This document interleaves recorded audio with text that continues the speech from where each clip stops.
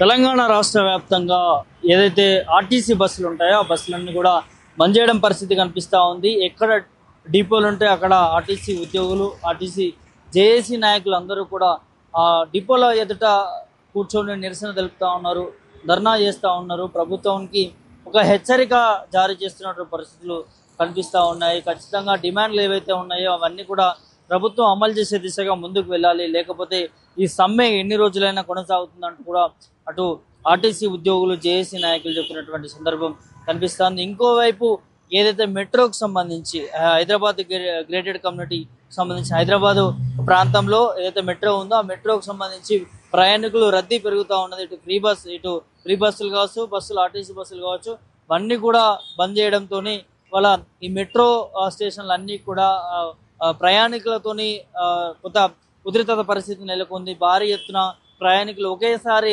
Metro స్టేషన్కి రావడం, ఆ టికెట్ ఇచ్చే కౌంటర్ల దగ్గర భారీగా ప్రయాణికులు లైన్లో క్యూలో నిల్చొని ఉండడం కొంత ఇబ్బందికర పరిస్థితులు నెలకొంటున్నాయని చెప్పుకోవచ్చు. చాలా ప్రాంతంలో ఏదైతే ఇప్పుడు ఎల్బీ నగర్ ప్రాంతాల్లో కావచ్చు, అదేవిధంగా ఇటు జేబీఎస్ పెరేడ్ గ్రౌండ్ ప్రాంతాల్లో కావచ్చు, అదేవిధంగా ఇక్కడ అమీర్పేట్ ప్రాంతంలో కావచ్చు, అక్కడ ఎంజీబీఎస్ మెట్రో స్టేషన్ దగ్గర కావచ్చు, ఇట్లా చాలా ప్రాంతాలు ఎక్కడైతే గ్రీన్ లైన్ అంటే ఆ లైన్ చేంజ్ అయ్యే ప్రాంతాలు ఏవైతే ఉంటాయో అక్కడ భారీ ఎత్తున ప్రయాణికులు వెళ్తా ఉన్నారు. ఆ లైన్లో క్యూ లైన్లో నిల్చుంటా ఉన్నారు. సో ఇటు మెట్రో రైలు కూడా భారీ ప్రయాణికులతో వెళ్తుంది.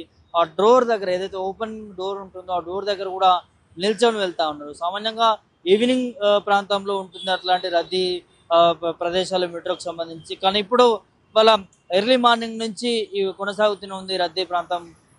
మెట్రోలకు సంబంధించి ప్రయాణికులు భారీగా పెరుగుతూ ఉన్నారు. ఇటు ఆర్టీసీ బస్సులకు సంబంధించి అన్ని క్లోజ్ చేసినటువంటి నేపథ్యం కనిపిస్తుంది. ఏ ఒక్క బస్సు కూడా తిరగడం లేదు. ఇటు ప్రైవేట్ ట్రావెల్స్ బస్సులు కూడా చాలా తక్కువగా ఇప్పుడు ప్రభుత్వం ముందస్తు చర్యలు తీసుకొని బస్సులు నడిపిస్తూ ఉన్నా కూడా అక్కడక్కడ యాక్సిడెంట్లకు కూడా గురవుతున్న పరిస్థితి. వాటిని కూడా జేఏసీ నాయకులు ఎక్కడైతే ప్రైవేట్ బస్సులు తిరుగుతున్నాయో వాటిని కూడా అడ్డుకుంటున్న పరిస్థితి కనిపిస్తూ ఉంది. ఇటు ఆటోలకు సంబంధించి, ఇటు ర్యాపిడోకి సంబంధించి కూడా ఎక్కువ ధర ఎక్కువ ఛార్జీలు తీసుకుంటున్నారు ప్రయాణికుల దగ్గర అంటూ కూడా వారందరూ కూడా మెట్రోకి వెళ్తున్న పరిస్థితి. సాధారణంగా మెట్రోకి రెగ్యులర్గా ఇటు హైటెక్ సిటీ కావచ్చు, గచ్చిబౌలి కావచ్చు, ఇటు ఈ ప్రాంతంలో మాదాపూర్ కావచ్చు, ఇటు ఈ ప్రాంతంలో వెళ్ళేవారు ఎక్కువగా ఉంటారు. వారు సాఫ్ట్వేర్ ఇంజనీర్లు, ఆఫీస్లో వర్క్ చేసేవారు ఓన్లీ మార్నింగ్ టు ఈవినింగ్ వరకు ఆ మెట్రోలో ప్రయాణం చేస్తూ ఉంటారు. సో ఇప్పుడు ఒకేసారి బస్సులు బంద్ కావడంతో చాలా మంది ప్రయాణికులు, ఇప్పుడు బస్సుల్లో వెళ్ళేటటువంటి ప్రయాణికులు కూడా ఉంటారు, వారు కూడా మెట్రోకి వెళ్ళాలని నిర్ణయించుకొని మెట్రోకి వెళ్తున్నారు. సో వెళ్ళే ప్రయత్నంలో చాలా వరకు కూడా రద్దీ ఏర్పడతా ఉంది. టికెట్ కౌంటర్ల దగ్గర కూడా భారీగా పడిగాపులు కాస్తా ఉన్నారు జనాలు.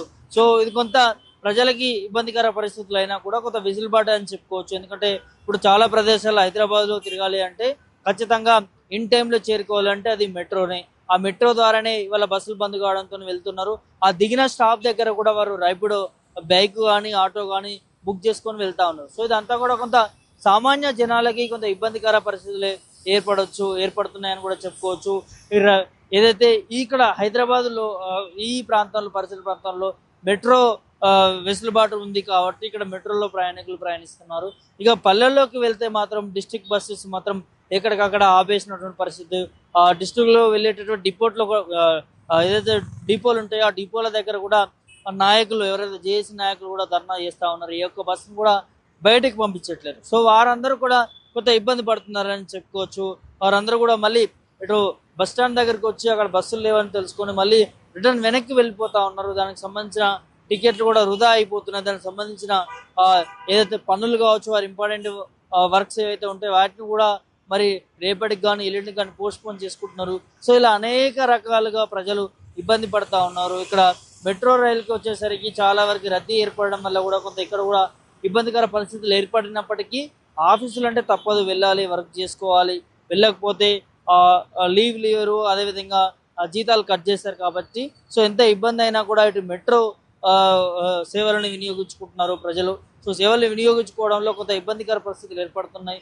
మరి ఏర్పడినా కూడా వెళ్తున్నటువంటి సందర్భం కనిపిస్తూ ఉంది. చాలామంది వరకు కూడా ప్రయాణికులు ప్రభుత్వానికి విజ్ఞప్తి చేస్తూ ఉన్నారు, ఖచ్చితంగా ఆర్టీసీ బస్సులు నడిపే విధంగా చర్యలు తీసుకోవాలి, మా ప్రజలకి ఇటు ప్రయాణికులకి ఇబ్బంది కలగకుండా ప్రభుత్వం కీలక నిర్ణయం తీసుకుంటే బాగుంటుంది ఇట్లా ఈ సమ్మె ఎంతవరకు కొనసాగుతుంది, ఎన్ని రోజుల వరకు ఉంటుంది, ఎన్ని రోజుల వరకు బస్సులు బంద్ అయి ఉంటాయి, ఎప్పుడు నడుస్తాయి అనే దాని మీద కూడా కొంత చర్చ నడుస్తూ ఉంది. తొందరగా ప్రభుత్వం ఇన్వాల్వ్ అయ్యి ఈ సమస్యను సాల్వ్ చేస్తే బాగుంటుంది. ఒకవైపు ఇవాళ గ్యాస్ సిలిండర్ కావచ్చు, అదేవిధంగా ఆటోలు నడుపుకునే వారికి గ్యాస్ ఏదైతే హెచ్పి ఉంటుందో, ఏదైతే కనెక్షన్ ఉంటుందో సిఎన్జి కావచ్చు, అవన్నీ కూడా వారికి కూడా ఇబ్బందికర పరిస్థితులు ఏర్పడుతున్నాయి. కాబట్టి సో వీటిని సానుకూలంగా ప్రభుత్వం చర్చించి ముఖ్యంగా ఈ బస్సులు నడిపే విధంగా ప్రభుత్వం కీలక నిర్ణయం తీసుకోవాలి. ఆర్టీసీ నేతలతోని కీలక భేటీ ఏర్పాటు చేసుకొని చర్చలు జరిపి సానుకూలంగా స్పందిస్తూ వారు అడుగుతున్నటువంటి డిమాండ్లని సాల్వ్ చేసే దిశగా మళ్ళీ బస్సులు తిరిగేటట్టు ప్రభుత్వం నిర్ణయం తీసుకోవాలంటూ కూడా ప్రయాణికులు చెప్తున్నటువంటి